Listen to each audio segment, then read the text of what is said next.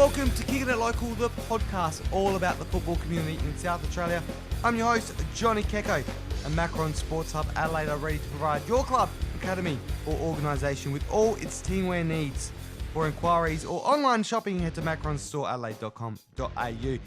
And today I am back for part 2 of my chat with Connor Hudson. And if you haven't already caught up on part 1, go back and do so now. Otherwise, here is a quick refresher. Mum was always good at netball. My brother and sister were both sporty.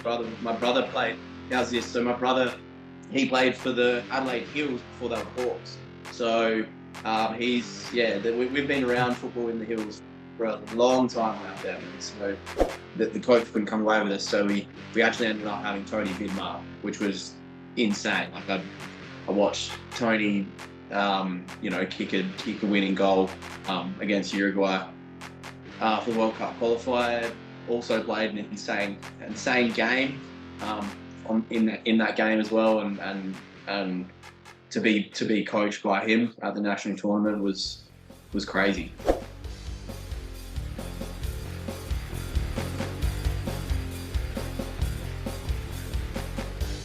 Well, within the last 6 years, there's been a couple of ups and downs for the club. I was around in doing my media stuff in the Hills around this time that you guys got relegated back in 2017 to the State League 2. I remember that time very fondly because that was when I started getting into commentary up there in the Hills, and it was the first year. Bloody good at it too. No, thank you, mate. It's been a pleasure to be able to start it at that back then. Around you guys when there was that period, you and Mount Barker, that first year of your two teams playing each other in that rivalry, starting as a first time being in the same league with each other. But 2018 is the year you guys tried to fight to get back up. It was hard year for you guys, but you had to do it the year later in 2019. How was it for you to be a part of that side? Because I saw what it was like, the club. And talking to the president at the time, Daniel Butler, and what the club was trying to aim for. But how do you find it to be there and be in goals for the club during those 2 years fighting to get back up?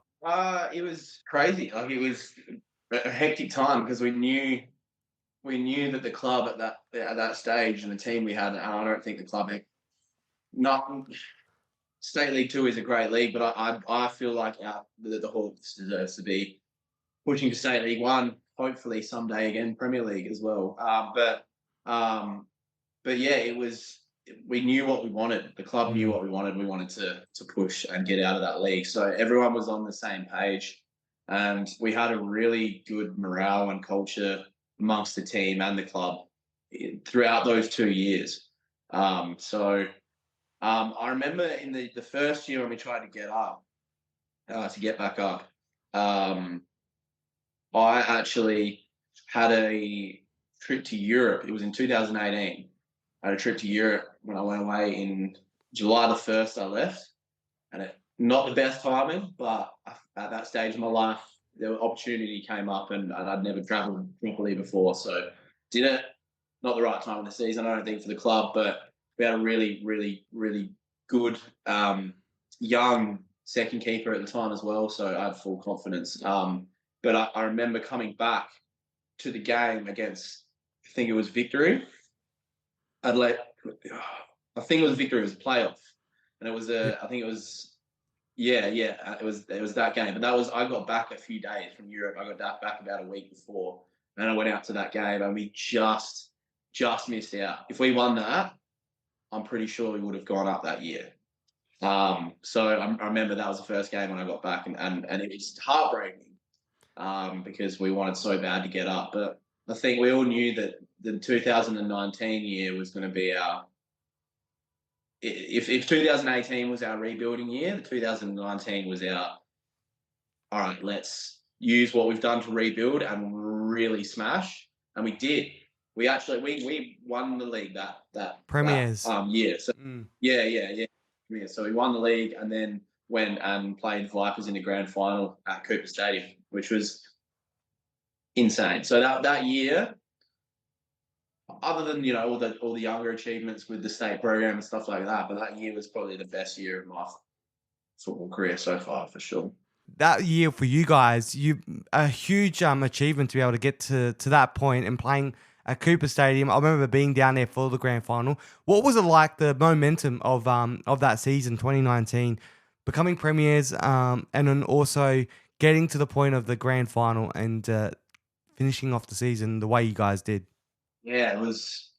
I think, as I said before, like the team we had at that stage was we were just a team of mates, and like it was. Remember the celebration like went for like 2 days, I reckon, and it was just because we were just so like, after the grand final, we were just such a good group of guys, and we were just such good mates. So it it made everything easier. Like as I said before, it's pretty obvious. Like especially in football, like if you're happy, you're gonna play well. So it's Mm. we were happy, and and I think we just and Craig Leith as well, our coach at that time was just he's at the backbone of the club, and he's just to have him coach us as well. We felt that the heart and the pride and the determination every single week we went out. So there was only one option for us that year, and it was to get promoted, and Mm. that's the way we did it, and we dominated that. We pretty much dominated that whole season, um, which was awesome to do it with that group of guys, which a lot of them played many years at the club as well. Like it was really cool. The grand final day, what was it? What's it like to be a part of that and step onto Cooper Stadium as it was back then? Now it's at Service FM Stadium, but what was it like back then to be in those change rooms? You got the big day.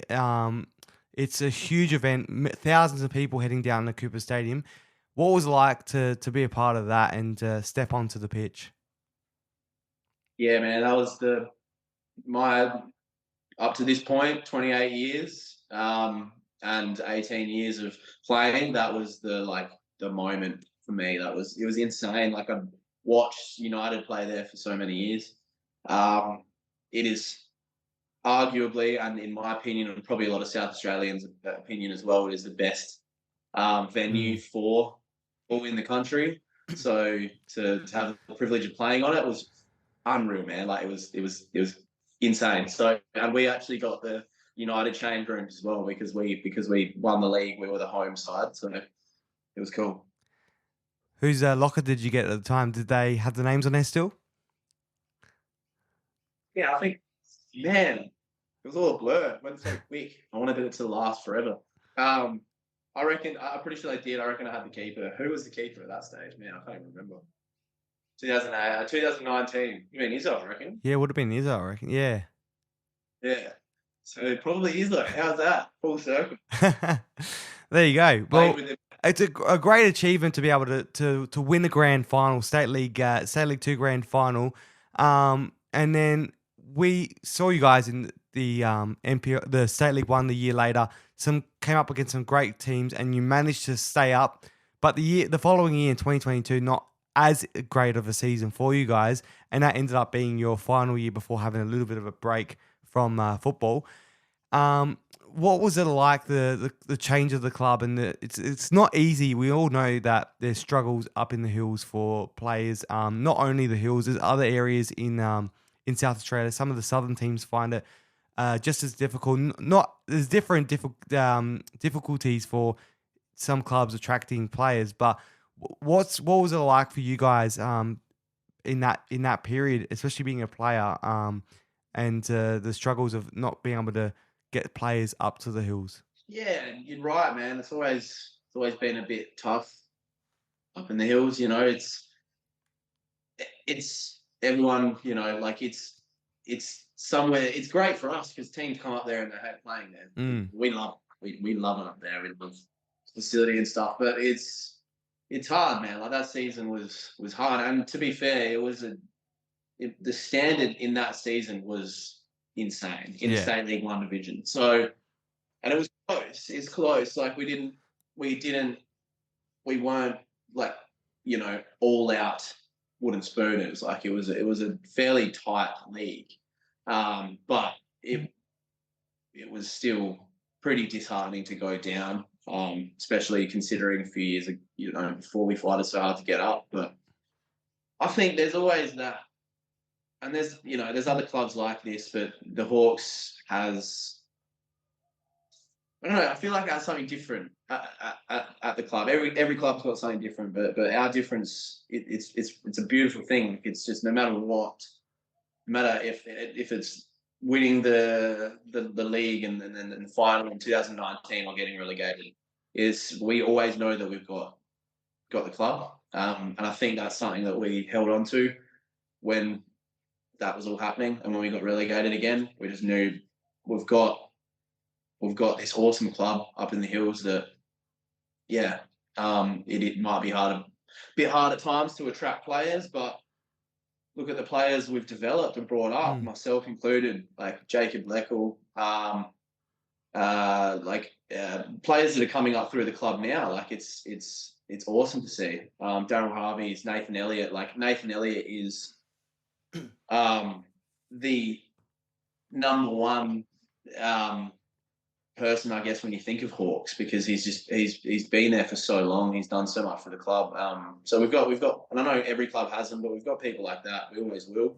So I think that's something we hold on to a lot in those darker times. But I know the club, no matter what, will always, I think, will always come back. So, but yeah, it was hard for me that year as well, because I kind of knew that I needed a break.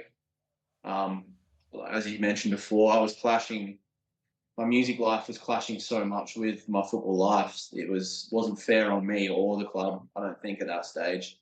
So I think I got to a stage where, even though it sucked to leave, not forever, but leave on that note, I think I needed it as well. So. Well, in 2022 was that final year where you were starting to clash with the music and sport as well. But that was a year 2019 was the last grand final you were in for football. But 2022 was another year you made a grand final, but Battle of the Bands with your band Lickity Split. How was that? It was your second year in Battle of the Bands down at the casino Sky City. Second year in a row. The first year you made it to the semi-finals, but the second year you became runner-up in the grand final out of the final three bands. What was that like to be able to make a grand final? Because you have that sporting background, so you love winning, which I'm sure you do, but now doing it with the other love of music. Yeah, man, it was a huge learning process for us as a band. Like, it was phenomenal. We're so grateful and proud of ourselves for making it that far. And I'm glad we did, because we busted our ass for it as well. We were rehearsing so much. We thought about our performance in so much depth. It made us grow so much as a band. So, but the whole week was awesome. Like, we've always had that belief there for our music, but I guess I don't think music should ever be a competition, or ever be thought about as a competition. But to have that validity, I guess, to go fight a competition like that against bands that are insane. Like, Adelaide has such a great pool of bands and artists that are just incredible. So it meant a lot to us. It was huge. Yeah, I was at the first year, because the second year I couldn't make it to, but I remember I think it was the semi-finals was happening during the presentations of the Adelaide Hills Hawks, which I was hosting that night. So your mum was giving me live updates, I think through the night, on how your band was progressing. I think you made the grand final that night from memory. Yeah. Yep. So yeah. So I remember that. But the year prior I went to, we remember seeing something that you guys did on stage. It was unique, and was the bananas, throwing bananas on the stage. That's where's that come from? That doing something different like that. I don't know. Bananas have always kind of been our thing. Like, we kind of all met at uni. Three of us now. It was four of us at that stage. Well, four of us met at uni, the original Lickity Split. We've recently had our drummer part ways, which is totally cool. Like where it was very clean goodbye, and Mm. and he's onto different things, which are totally fine.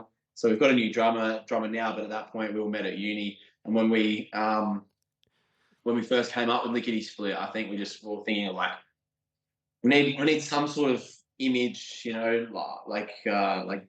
brand ourselves, I guess. And we just thought Lickity Split banana, like it's yellow, works. So I guess that's probably the reasoning behind us throwing bananas out to the crowd at Battle of the Bands. Also, bananas are delicious and very good for you.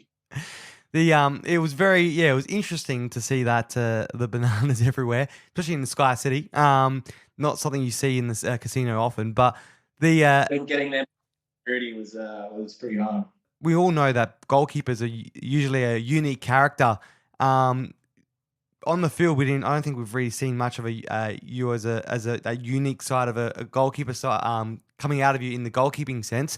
But is this your way of letting out that unique side of yourself in the music instead? Yeah, definitely. It's always kind of been the thing. As I said, it's always been there in my life, but it's an escape for me. So is football, man. Football's an escape as Mm. well. Like it's great. It's football. Sport might as well be art. You know what I mean? It's such an immersive thing, and it's just like I always remember. I said this in my speech at the presentation recently, but I always remember Craig Leith at the Hawks telling me that, and he's told a lot of players this, but he's like, just remember like 90 minutes that you go out there and play football, nothing else in your life matters. Like when that whistle blows, everything else stops. You're just focused on what's happening in that. You're trying to win a game with your mates. Like that's what's so cool about sport. And the same thing about music. When you're on stage, it's everything else doesn't matter. Everything else is cool. It's like I'm on stage now, I'm doing my thing. Same with sport. So it's a great escape, and it's like there's very few feelings like the feeling we felt at Battle of the Bands, and like just makes me. It's similar to the grand final where we won in 2019. You get like a lot of I hope everyone in life, and I'm sure everyone does get to experience that. It's such a like euphoric feeling. But like it just made me want more. So like both in my football and music, but more so music, this sense. Like so, it's pushed. Our short journey so far is just pushing me to want more out of it, I guess, and it's so fun. Like we all have so much fun doing it. So why Well, not? you can see the fun you're having on stage. But if you want to check out the music that you guys do as well, Lickety Split, you're on social media. I know you just released a new song as well, which is and also a cover of Backstreet Boys as well. Yep, I want it that way. Yep. One of your band members, Zach, has been trying to get the band Backstreet Boys to notice the song, the cover you guys have done. I think it's gone for just over 90 days now. He's been pushing it on social media and tagging them all in there. I think Any interest there from them? no, man, no, I don't think they. I don't even know if they've seen it, but like, it is what it is. We've had Travis Barker, the drummer for Blink-182, see the story probably about 10 times now. So that probably matters more to us than the Backstreet Boys. Yep. I think it's a bit of a piss. Yeah, it's a bit of a piss take for Zach, I think, at the moment. So it's 93 days. I reckon every day is posted. Yep. All right. Dedication. Getting. What was that? Dedication to be able to do that for over 90 days. Oh, mate. He's a freak. So yeah, no, he's done well. I think who knows if he's going to go past 100. But yeah, if you want to go check that out, you can go over to Instagram, Lickity Split Official. Go check us out on the Spotify's. And we got merch. We're getting more soon. I don't usually wear our own merch, but considering this isn't your typical music interview, I thought, why not? Yeah. Let's get the Lickity merch on. So well, yeah, I'm wearing my Kicking a Local shirt as well, so why not? Promote our brands. Good, man. Yeah, that's it. You got it. Well, we're going to wrap up very, very soon. But before I do, I want to talk a little bit about the Hawks. as well, because this year you got inducted into the Hall of Fame at the Adelaide Hills Hawks. And I was hosting this night, and unfortunately you're gigging with Lickity Split. But to be able to get something like this after so many years of playing for the club, what does it mean? What did it mean to you that moment you found out that you were going to be inducted? So much, man. So much. It was, uh, yeah, it meant an incredible amount to me. And the fact that I couldn't be there to actually accept the award in person, I'm kind of pissed off at myself because I would have loved to. But it, I've done so much for that club, and that club done so much for me. So to achieve that before I'm 30, I Mm. think really cool for me. But I just have got so much time and love for that club. So that's the most important thing to me. The fact that I did it there, I think it means a lot.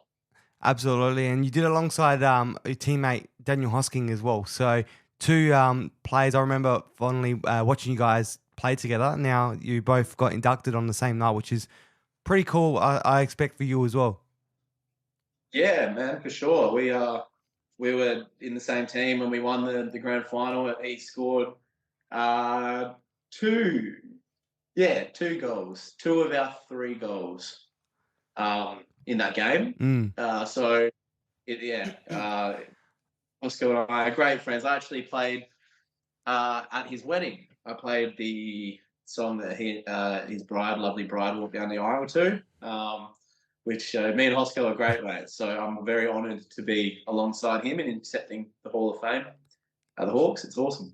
It was good. It was good to see. You can see how much you meant to him as well on the night when he his speech. Your speech was great, and we about to wrap it up. But before I do, I know you'll hear it, and I'll hear it probably too as well from your mum. If we don't talk a little bit about her, she loves you. The dedication she has for the club as well.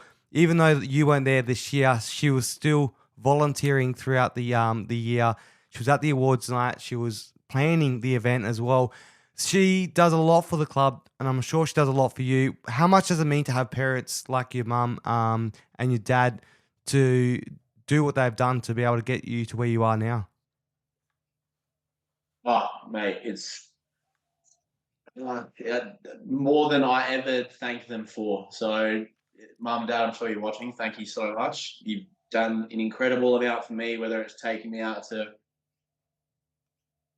15 trainings a week or whatever it is, or lending me a guitar for a gig. But yeah, no, Mum's done a lot for the club. Um, she's been a treasurer for, which is that's a volunteering job. Um, she's been the treasurer at the club for not not consecutively, but probably looking on 7, 8, maybe even 10 years. Like she's done it. She's done a lot. Canteen, behind the bar, setting up presentations, as you said. Mm. Like yeah. Thank you, and I'm sure the rest of the club thanks you as well, and to all the other incredible volunteers that keep it running, because I think a lot of clubs in South Australia and probably Australia, there's a lot to our volunteers, and my mum and dad's done a lot for the club as well. But yeah, no, thank you. Yeah, no, they do a good job. And well, before we do wrap it up, the rumours: will you be making a return in some capacity to football? Yeah, I think so. I enjoyed my year off, but I missed a lot about it as well. So I'm not sure how heavily I'm going to be involved in it, but I dare say I'll be playing again. I hope to play. I hope to step back and have a decent season in first team. Obviously, it's going to be hard with the music, but I want to try and make it work. So I miss the club and I miss playing. So Well, we look forward to seeing you hopefully play again in a Hawk strip and hearing some more music as well. But before we do, the kicking it questions I have to do with every guest. It's the first of two is which footballer would you love to have a kick with on the park? Anyone in the world? man, that's a good question. Um, to be honest, it's going to be a bit of a weird one, but um, for a goalkeeper, probably Casillas, to be honest. I used to, when I was heavily involved throughout the state program and stuff, I used to be a big Madrid fan. Still kind of am, but I used to watch a lot of Casillas, and so yeah, probably him. If not, Grealish looks like it'd be pretty fun. I'd like to have a kick with him and then head out and have some beers as well, I reckon. Yeah, well, that moves on to the second one. So you can probably, I reckon Grealish is going to be the easy answer for this one. But number 2 is name 2 people, someone locally, someone internationally that you would love to kick it with on a Saturday night, watch some football. Maybe you can kick a football as well. And then kick back and have a few beers as well with them. So I'm assuming Grealish will be one. Grealish should be one, yeah, for sure. Someone locally then? World, yeah, local. Man. Look, only because I haven't had a good session with him for a while. Daniel Pauly, calling you out. Yep. Yeah. Nice. Daniel Pauly, now at Cobras. So he's going to be eating some good food this year as well.